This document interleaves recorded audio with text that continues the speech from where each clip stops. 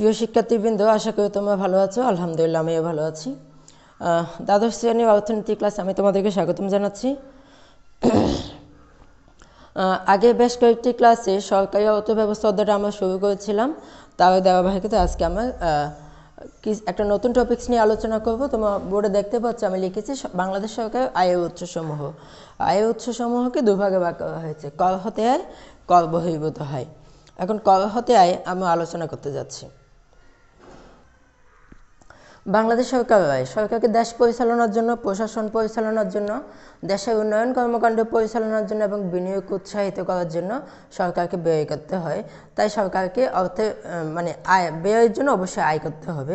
তো বাংলাদেশ সরকারের আয়ের প্রধান উৎস হচ্ছে কর হতে আয়। কর হতে আয়ের প্রথম আমি লিখেছি বাণিজ্য শুল্ক। এখন বাণিজ্য শুল্ক কি?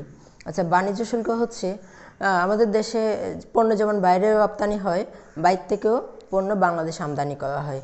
এই আমদানি রপ্তানি পণ্যের উপর যে শুল্ক বা যে ট্যাক্স আরোপ করা হয়, ইম্পোজ করা হয়, সেটা হচ্ছে বাণিজ্য শুল্ক।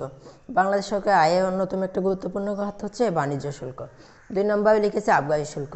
এখন আবগারি শুল্ক কি? আমাদের দেশের অভ্যন্তরে উৎপাদিত এবং ব্যবহৃত পণ্য বা সেবার উপর যে ট্যাক্স ইম্পোজ করা হয় সেটাই হচ্ছে আবগারি শুল্ক। এখন আমাদের দেশে উৎপাদিত বা ব্যবহৃত পণ্য বা সেবা বলতে কি বোঝাচ্ছে? এখানে হচ্ছে চা, চিনি, তামাক, সিগারেট, মদ, তারপর ওষুধ, এই জাতীয় আরও অনেক কিছুই, যেগুলোর উপর সরকার ট্যাক্স আরোপ করে বিশাল একটা অর্থ সংস্থান করে থাকে, যা সরকারি আয় হিসেবে পরিগণিত হয়। এখন এই আবগারি শুল্কের একটা উদ্দেশ্য যেমন সরকারের রাজস্ব বৃদ্ধি করা, আর একটা উদ্দেশ্য হচ্ছে যেসব পণ্য জনকল্যাণে ব্যবহৃত হয় না, ক্ষতিকর, যেমন মদ, তামাক, সিগারেট, এগুলোকে নিরুৎসাহিত করা একটা অন্যতম লক্ষ্য। তাহলে বাংলাদেশ সরকারের আয়ের একটা গুরুত্বপূর্ণ খাত হচ্ছে এই আবগারি শুল্ক। তারপর হচ্ছে আয়কর বা ইনকাম ট্যাক্স আমরা যেটা বলি। সরকারের আয়ের খুবই গুরুত্বপূর্ণ অংশ, বিশাল একটা অংশ এখান থেকে আসে। যেমন আমরা বলতে পারি 2020-21 অর্থবছরে আমাদের বাজেট হচ্ছে 5,68,000 কোটি টাকা। আমি একটু লেখার চেষ্টা করতেছি। 5,68,000 কোটি টাকা। এই আয়ের একটা বড় অংশ এনবিআর বা জাতীয় রাজস্ব বোর্ড সংগ্রহ করবে। তার পরিমাণ হচ্ছে 3,30,000 কোটি টাকা। এই 3,30,000 কোটি টাকার মধ্যে এনবিআর ইনকাম ট্যাক্সের মাধ্যমে 31.5% সংগ্রহ করবে। অর্থাৎ এনবিআরের লক্ষ্যমাত্রা 3,30,000 কোটি টাকার মধ্যে 31.5% আসবে এই ইনকাম ট্যাক্স থেকে। এখন প্রশ্ন হচ্ছে কারা ইনকাম ট্যাক্স বা আয়কর দেবে? আয়ের একটা নির্দিষ্ট সীমা অতিক্রম করলে আয়কর দিতে হবে। এখন সেই সীমাটা কতটুকু?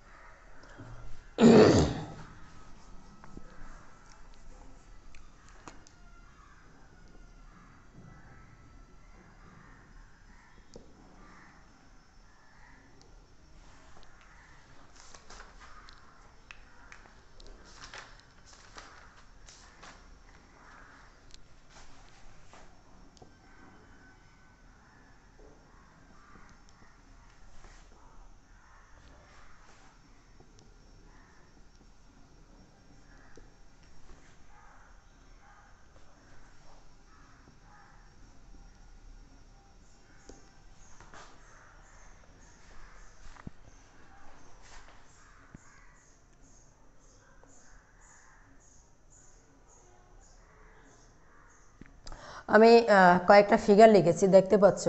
2.5 লক্ষ টাকা, 3 লক্ষ টাকা, 3,75,000 টাকা, 4,25,000 টাকা।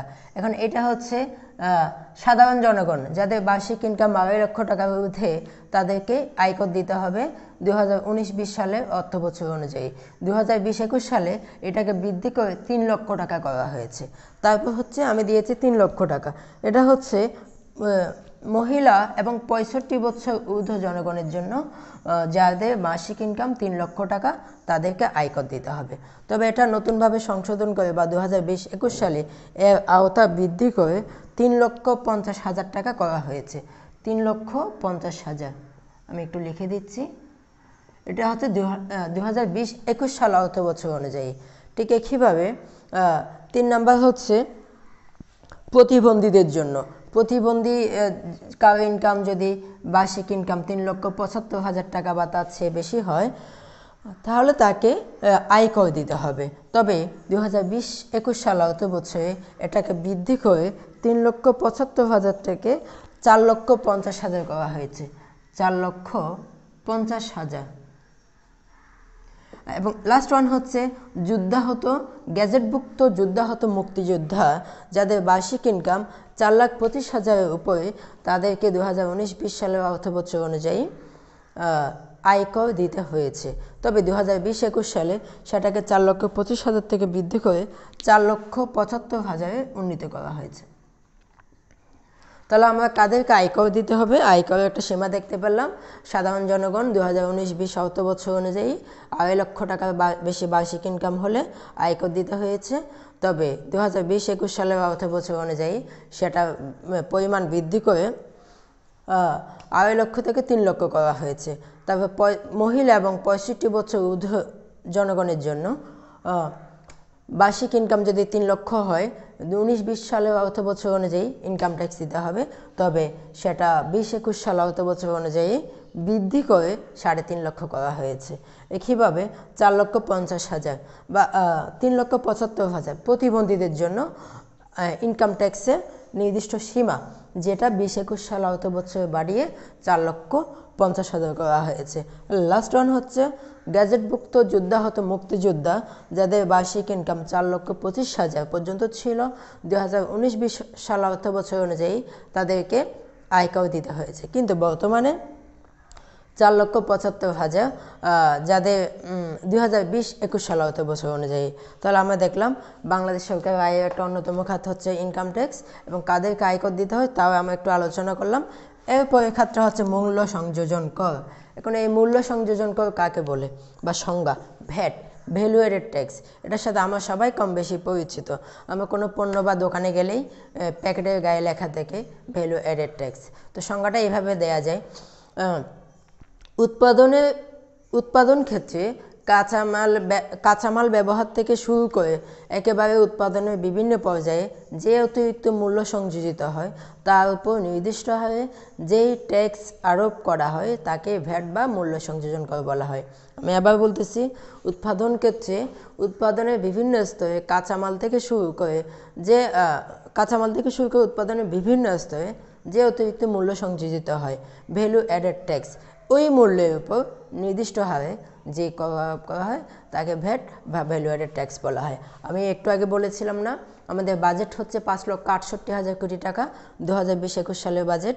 সেই বাজেটে এনবিআর লক্ষ্যমাত্রা হচ্ছে 3,23,000 কোটি টাকা সংস্থান করা বা অর্জন করা।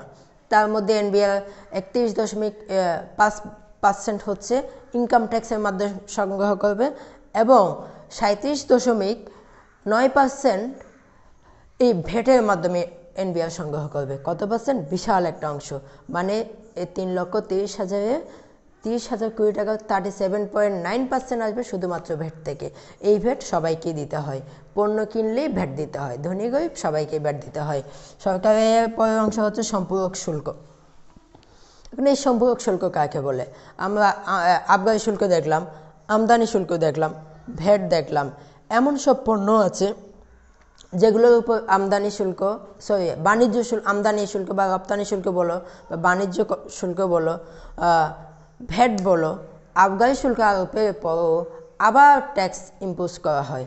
এটাকেই বলা হয় সম্পূরক শুল্ক। বিশেষ করে বিলাসজাত দ্রব্যের উপর সম্পূরক শুল্ক আরোপ করা হয়। এই সম্পূরক শুল্কের মাধ্যমে এনবিআর এই 2020-21 অর্থবছরে তাদের লক্ষ্যমাত্রা মানে 3,30,000 কোটি টাকার মধ্যে 17.5% শুধুমাত্র এই সম্পূরক শুল্ক থেকে অ্যাচিভ করবে, মানে অর্জন করার লক্ষ্যমাত্রা নির্ধারণ করেছে। তারপর হচ্ছে ভূমি রাজস্ব। ভূমি ব্যবহারের জন্য বা ভূমি রক্ষণাবেক্ষণ বা ভূমি দখলের জন্য ব্যবহারের জন্য সরকারকে যেই ট্যাক্স দিতে হয় সেটাকে ভূমি রাজস্ব বলা হয়। তাহলে আমরা 6টা খাত দেখলাম, আরও কিছু খাত আছে, আমি একটু লেখার চেষ্টা করতেছি বাকিগুলা। বাংলাদেশ সরকারের আয়ের আরেকটা গুরুত্বপূর্ণ খাত হচ্ছে স্ট্যাম্প রেজিস্ট্রেশন। স্ট্যাম্প রেজিস্ট্রেশন কি? এখন বিভিন্ন মামলা মোকদ্দমা বা নানা ক্ষেত্রে যে স্ট্যাম্প, রেজিস্ট্রেশন বা ফি এই জাতীয় অনেক কিছু দিতে হয় না। তোমরা অনেক সময় দেখছো স্ট্যাম্প 50 টাকার স্ট্যাম্প, 100 টাকার স্ট্যাম্প, 300 টাকার স্ট্যাম্প, এই স্ট্যাম্প রেজিস্ট্রেশন এগুলো থেকেও বাংলাদেশ সরকার একটা বিশাল একটা আয় হয়ে থাকে। তারপরে যানবাহন ব্যবহার করবা, কিন্তু সরকারকে ট্যাক্স দিবা না তা তো হইতে পারে না। যানবাহন ব্যবহার করতে গেলেও সরকারকে একটা নির্দিষ্ট পরিমাণ ট্যাক্স দিতে হয়। তারপর হচ্ছে মাদক শুল্ক, মাদক উৎপাদন, বিক্রয় ইত্যাদি ক্ষেত্রে সরকার শুল্ক আরোপ করে থাকে, এইখান থেকেও সরকার আয় হয়ে থাকে। কীভাবে বিদ্যুৎ শুল্ক, আমরা যে বিদ্যুৎ ব্যবহার করি, তো বিদ্যুৎ ব্যবহারের সময় আমাদের কিন্তু আসলে ট্যাক্স দিতে হয়, এইখান থেকে সরকার আয় করে থাকে। তবে আগে এই ক্ষেত্রটা একটু বেশি ছিল, এখন বিদ্যুৎ শুল্কটা হয়তো অনেকটা কমিয়ে আনা হয়েছে। এইভাবে অন্যান্য কর শুল্ক, এখন অন্যান্য কর শুল্ক বলতে কী বোঝাচ্ছে? অন্যান্য কর বলতে বোঝাচ্ছে প্রমোদ কর, সম্পত্তি কর, দান কর, পাসপোর্ট ফি, বিদেশ ভ্রমণ ফি ইত্যাদির মাধ্যমে সরকারের বিশাল একটা আয় হয়ে থাকে। মোটামুটি বাংলাদেশ সরকারের কর হতে আয়ের বেশ কয়েকটা বিষয় আমরা আলোচনা করলাম। এখন কর বহির্ভূত আয় একটু সংক্ষেপে বলার চেষ্টা করতেছি। কর বহির্ভূত আয়, দেখা যাচ্ছে আমি প্রথমে লিখেছি সুদ। কারণ সুদ কী তাহলে? বাংলাদেশ সরকার বিভিন্ন আর্থিক প্রতিষ্ঠানকে যে ঋণ দেয় বা বিভিন্ন প্রতিষ্ঠানকে যে ঋণ দিয়ে থাকে, সেই ঋণ বাবদ সুদ আদায় করে থাকে, যেটা সরকারের আয়ের একটা উৎস। তারপর ডাক বিভাগ থেকেও সরকার আয় করে থাকে, রেল বিভাগ থেকেও, রেলওয়ে বাংলাদেশের বিশাল একটা রেলওয়ে আসলে খুব সুন্দর। রেলওয়ের জায়গা তোমরা হয়তো অনেকেই দেখেছো। এই রেলওয়ে কিন্তু সরকার আয়ের একটা উৎস হয়ে আছে।